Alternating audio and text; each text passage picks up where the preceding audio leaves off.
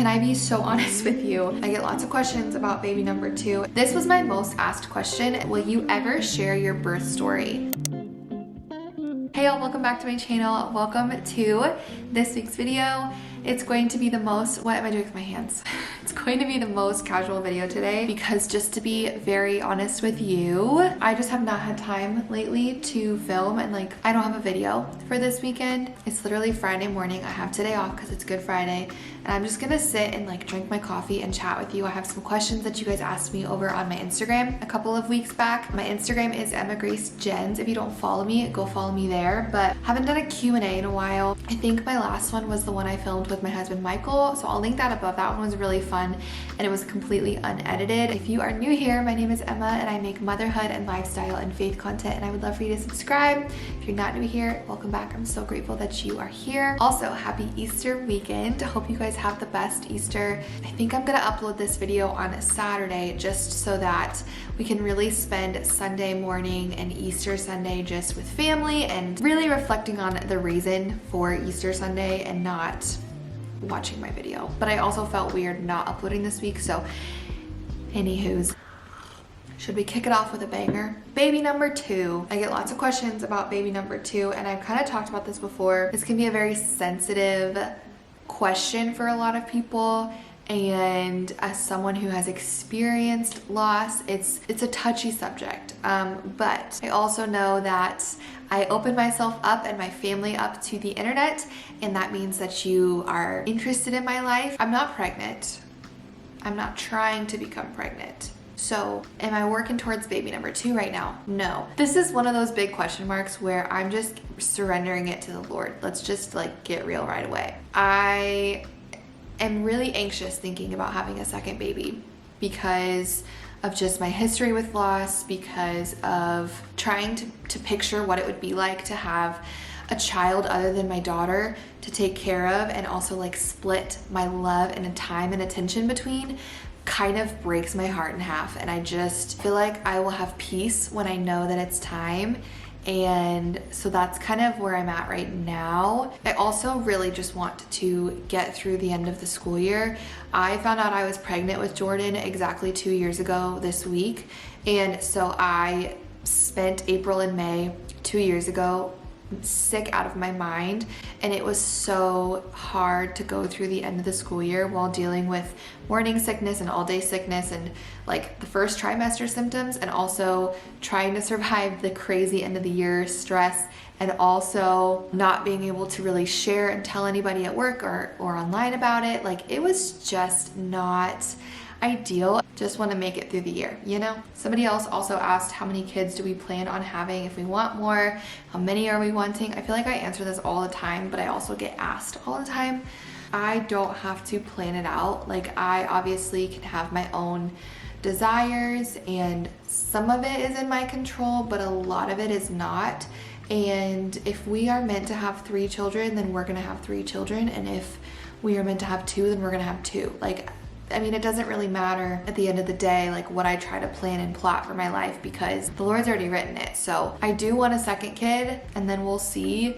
I feel like I would be content with 2, just because, like I said, the idea of stretching my time and attention and love, every kid I add in my brain, I get sadder and sadder thinking about that's time and energy and attention I don't get to give Jordan. And I'm sure, I don't know, I guess let me know if you've experienced that. I'm sure every mother in the world has, but I'm sure it's just because she's my first, she's all that I know. So I just cannot wrap my head around another kid or several other children. I don't know, is that normal? How has your relationship with teaching changed since becoming a mom? It has absolutely changed in every single aspect of teaching. Everything has changed. My ability to keep work at work has changed. I had good balance before Jordan in terms of I wouldn't stay super late. I wouldn't work on, I have never gone in on the weekends unless I was sick and needed to make sub plans. And I pride myself on that, okay? Because I do my work at work and then I leave it there. But something that I've had to shift was my own identity and how much value I didn't realize I was placing in being a teacher. That was where I put a lot of my identity and my worth and my value. And that is a part of this stripping away I've been doing this year, partially not filming about teaching because I realized it just consumed all of me. Even if I wasn't bringing work home, I was vlogging every day. I was editing those vlogs every night, all weekend. I was sharing about what I was teaching every single day on social media. My mind was constantly surrounded and flooded with teaching. And I am just not there anymore. Like, I just don't have the energy to give to it that I did. I also don't feel like I have that same spark and like fire in my soul for teaching like I once did. It's still the job that I love, but it's just different. I think even in 3 years, it has really changed. And I don't know if that's just because I've become a mother and realized that there are things that are actually worth my time and energy. I don't know, maybe that's part of it, but I also feel like education itself has really shifted in the last few years. I also think it's made me a lot more empathetic though to children, and I think I have more compassion for kids than I did before. I mean, I loved them and I had compassion. Don't misread what I'm saying, but like I view them from the heart of a mom. That kid that is having a really, really hard day or really big behaviors or whatever it is, that's somebody's Jordan, you know? And that just helps me be able to deal with those really hard days with kids a little bit better, because I think about like, how would I want Jordan's teacher in first grade, if Jordan is having a really hard time, like how would I want her to respond? And that helps me be more patient and more loving and more kind. I don't know. I think I'm just gonna stop myself there. But current favorite baby product at this age, definitely the kitchen helper that we got a few weeks back. It has been a game changer. I'm honestly upset that I didn't buy it sooner. I do it when we're cooking dinner, I do it when we're cleaning, I do it when we're doing dishes, because she's at that stage where she wants to be involved in literally everything I'm doing, and I can't obviously carry her and do the dishes at the same time. Oh, Mr. Michael. Hello. Yeah, and like some cheese. Okay, bye. I don't know what I was talking about. The one that I got also was a little bit more on the expensive side. There's so many options. The one I got was $200, which is not cheap, but I really like it because all 4 sides of it are blocked in, and there's others that have really big like gaps. And I've already been really grateful for that, because she will like kind of sit and crouch and play up there, and she'll just like lean her body weight back against the sides, so if there was no back on it, she totally would have just fallen through. So I love it. Okay, how do you strengthen your faith? This is a really great question. Picture your relationship with the Lord like your relationship with your spouse or your boyfriend or your girlfriend or your best friend or whoever, somebody really close to you. How do you build those strong relationships? The way that you strengthen and build your faith is just by spending time with God. Whether it's reading your Bible, praying, spending time in worship. I've had this huge shift in the last year or so that spending time with God is not sitting down at a scheduled time each day, opening up your Bible and journaling. Like, that is great. That is so vital for your faith too.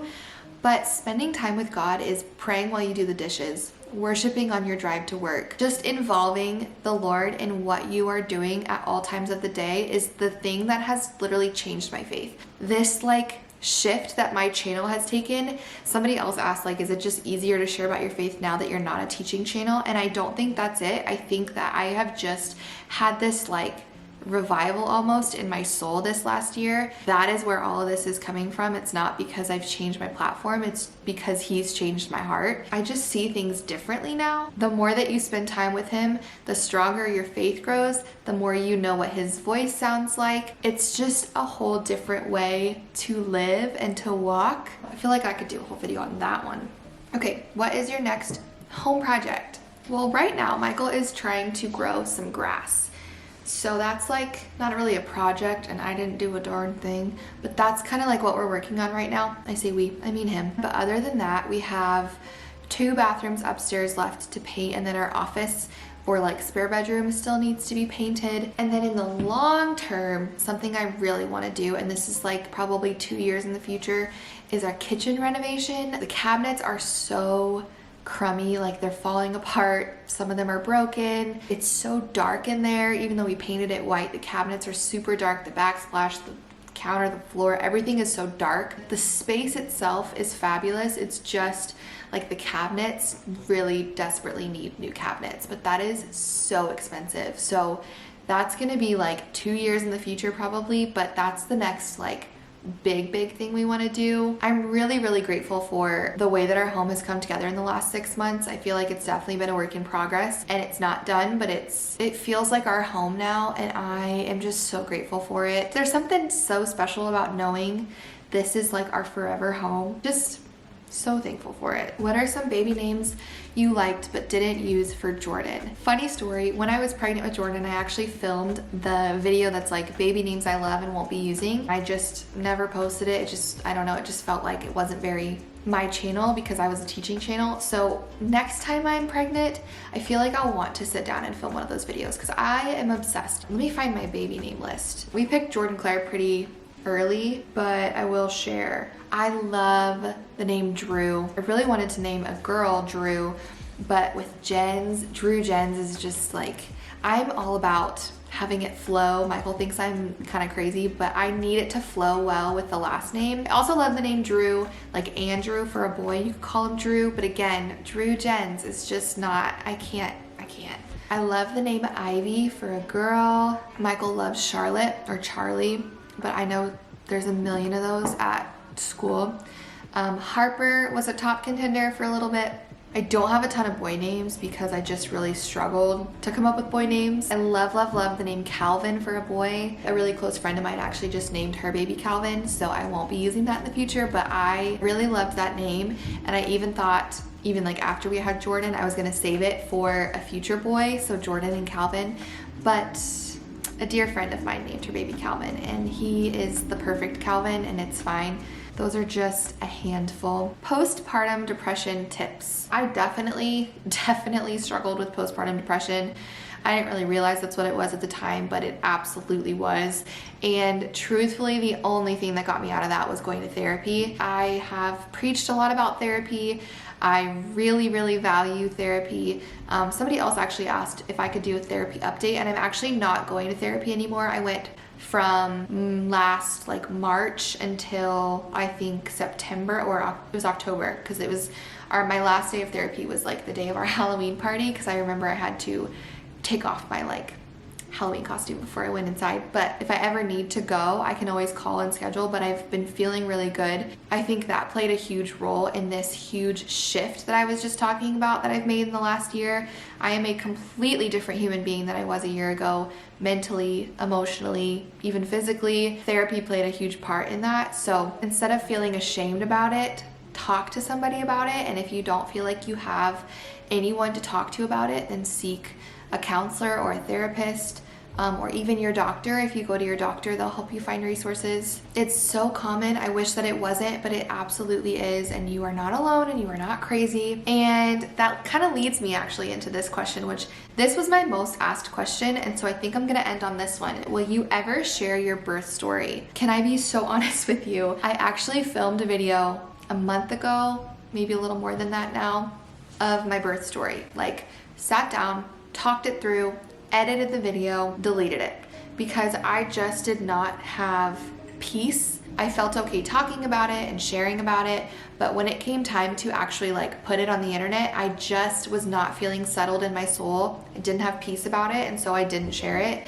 And for that reason, I probably won't share it, because I just don't feel like that's what I'm supposed to do. Being on the internet is just a constant balance of wanting to be vulnerable, wanting to be open, and connecting with people on a very real level. But part of that balance is knowing when to not share something and keep things private. You've seen me kind of figure out this balance of, you know, privacy with Jordan even, and I don't show her face, but I show what we do, and I show and share like my personal motherhood journey. So that's kind of like the balance I found there, but that is a constant thing. I'm just always trying to figure out like, how much do I share, how much do I keep private? And I just think my birth story is something that I need to keep private, because it was such a traumatic event in my life. I just don't feel like the internet needs to know the day my daughter and I almost died. You know, like I just don't feel like that's a story that I'm